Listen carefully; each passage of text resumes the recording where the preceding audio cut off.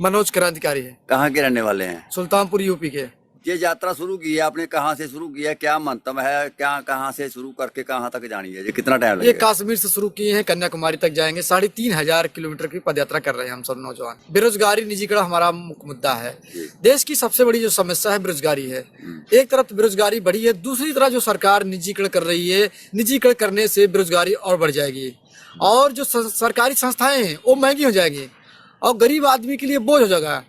और जब सरकारी नौकरी नौजवानों को नहीं मिलेगी तो लोग पढ़ना लिखना बंद कर देंगे, देश में शिक्षा का स्तर घटेगा। हमारी मांग है कि ज़्यादा से ज़्यादा नौजवानों को सरकारी रोजगार दिया जाए। जिन नौजवानों को सरकारी रोजगार नहीं दे सकते उनको बिना ब्याज बिना शर्त के बैंकों से 10 लाख तक ऋण दिलाएं और पूरे देश में जो संविदा कर्मी हैं उनको 3,000, 5,000, 6,000 रुपये ठेके पर रखा गया है।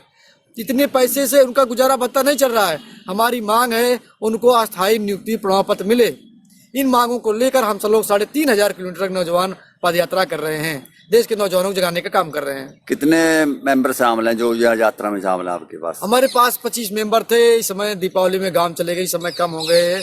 फिर 3-4 दिन के अंदर में सारी टीम मेरी मजबूत हो जाएगी। पंजाब में एंटर किया आपने, तो पंजाब में कैसा लगा, अपना उत्साह था आपकी यात्रा को लेकर? पंजाब में बहुत अच्छा लगा। पंजाब वासी बहुत अच्छे हैं, यहाँ रहने खाने की कोई दिक्कत नहीं हुई। जगह जगह हम सब लोग रुकवाए, बहुत सम्मान दिए, प्यार दिए, 1% भी कोई कमी नहीं रही। बहुत बहुत धन्यवाद पंजाब वासियों को मेरी तरफ से। निजीकरण हो रहा है, इसके जिम्मेवार किसको मानते हैं आप? सरकारी जिम्मेदारी है, सरकार ही निजीकरण करती है। सरकार सिग्नेचर नहीं करेगी, निजीकरण नहीं होगा। बैंक बिक जाएगी तो सरकारी नौकरी खत्म। और प्राइवेट बैंक 15% ब्याज लेके हमको आपको लोन देती है, सरकारी बैंक वही 10% देती है। और जो है खाता खुलवाने के लिए प्राइवेट बैंक 10,000 नीचे अकाउंट नहीं खुलता है। ये गरीब आदमी के लिए बहुत दिक्कत है, जो मजदूर है, किसान है। और वही सरकारी बैंक 0 बैलेंस से 200 रुपए में खाता खोल देती है।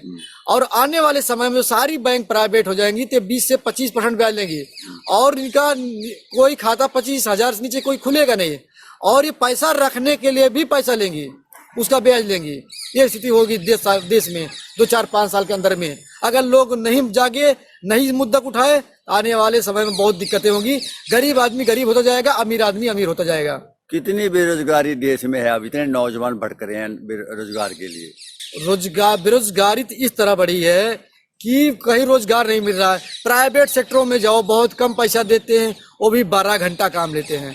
एक तरफ तो नौजवान 12 घंटा काम करता है, 2 घंटा सुबह शाम अपने ऑफिस आता है, 14 घंटा हो गया। 2 घंटा जो है खाना बनाता, 16 घंटा होगा। बच्चा उसके पास 8 घंटा। 8 घंटे में वो सोएगा कि लोगों से बात करेगा, अपने दिमाग में अच्छी बात सोचेगा, क्या करेगा? ये सरकार लोगों को जाहिल बना रही है।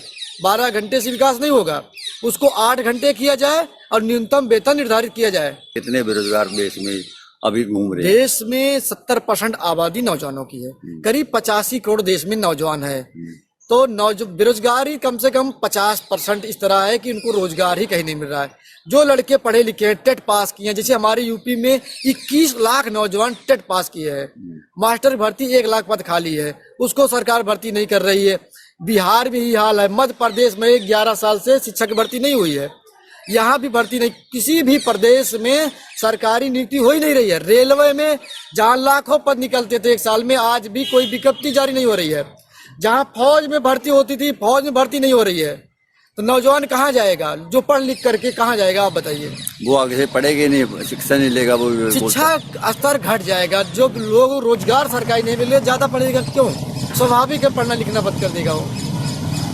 सिर्फ देश में जो वोट की राजनीति है, सिर्फ वोट के समय जो वादे करती है सरकार, आती है हम आपको रोजगार देंगे नौजवानों को, हम आपको ये देंगे, ये सिर्फ वोटों तक सीमित रह गए, होके रह गए। सर, भारत में जितनी राजनीतिक पार्टियां सब वोट की राजनीति करती हैं, चाहे बीजेपी हो, कांग्रेस हो, सारे लोग जो है, आम आदमी पार्टी अभी उन्होंने कहा नोट पे जो है देवी देवता फोटो छाप करो। इससे ज्यादा मुद्दा उठाए तो रोजगार मिलता लोगों को, देश आगे बढ़ेगा, नौजवान खुशहाल होगा, देश बढ़ेगा, उसके माता पिता खुशहाल होंगे, आने वाली पीढ़ी खुशहाल होगी। इस पर चर्चा होनी चाहिए। केजरीवाल तो बोल रहे हैं अभी अगर करेंसी पर देवी देवताओं की फोटो लगेगी, लक्ष्मी की फोटो लगेगी, उससे मजबूत होगा देश। देश इससे मजबूत नहीं होगा, देश काम करने से मजबूत होगा। नौजवानों को रोजगार मिलेगा, अच्छी शिक्षा मिलेगी।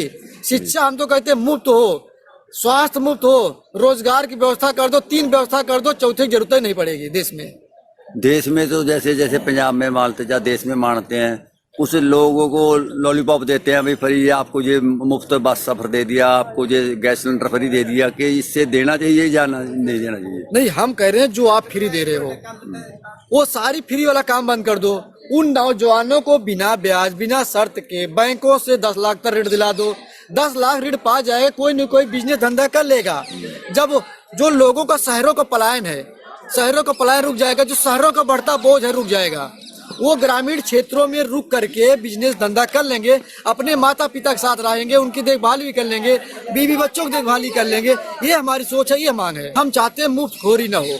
मुफ्त उसे अगर मान लो किया जाए जो वास्तविक गरीब हो, उसके गरीबी को देख करके उसको मुफ्त दिया जाए, सबको नहीं। इससे पैसा देश का बर्बाद हो रहा है, उससे कुछ नहीं हो रहा है। उसको रास्ता बेहतर देना चाहिए, रास्ता कैसे आगे बढ़े, हम ये मांग करते हैं। और क्या कहना चाहते हैं देश को, देश के नौजवानों को हम ये कह रहे हैं कि इस मुद्दे पर लड़ें, सड़कों पे आए। जैसे देश का किसान सड़कों पर आया, 3 कृषि बिल जो कानून आया था किसानों के खिलाफ में, वो अपना धरना प्रदर्शन करके उसको बात मनवाया। मोदी जी को ये लगता था कि ये 4 राजनीतिक जो पार्टियां हैं 4 दिन सदन बोलेंगी, 4 दिन सड़कों पे आएंगी, बाकी कुछ नहीं होगा। उनको ये आभास नहीं था पूरे देश का किसानों का संगठन, किसान एक साथ होकर लंबे समय तक आंदोलन करेगा। वही देश के नौजवानों को मैं आग्रह करना चाहता हूँ, सड़कों पर आए, इस मुद्दे पर लड़ें। वजह क्या है, देश में नौजवानों का संगठन नहीं है, नौजवानों का नेतृत्व नहीं है, इसलिए देश में नौजवान इकट्ठा नहीं हो पा रहा है। इस मुहिम को लोगों को हम नौजवानों जगा रहे हैं। देश के जितने नौजवानों के संगठन है एक साथ लाने की हम कोशिश में हैं।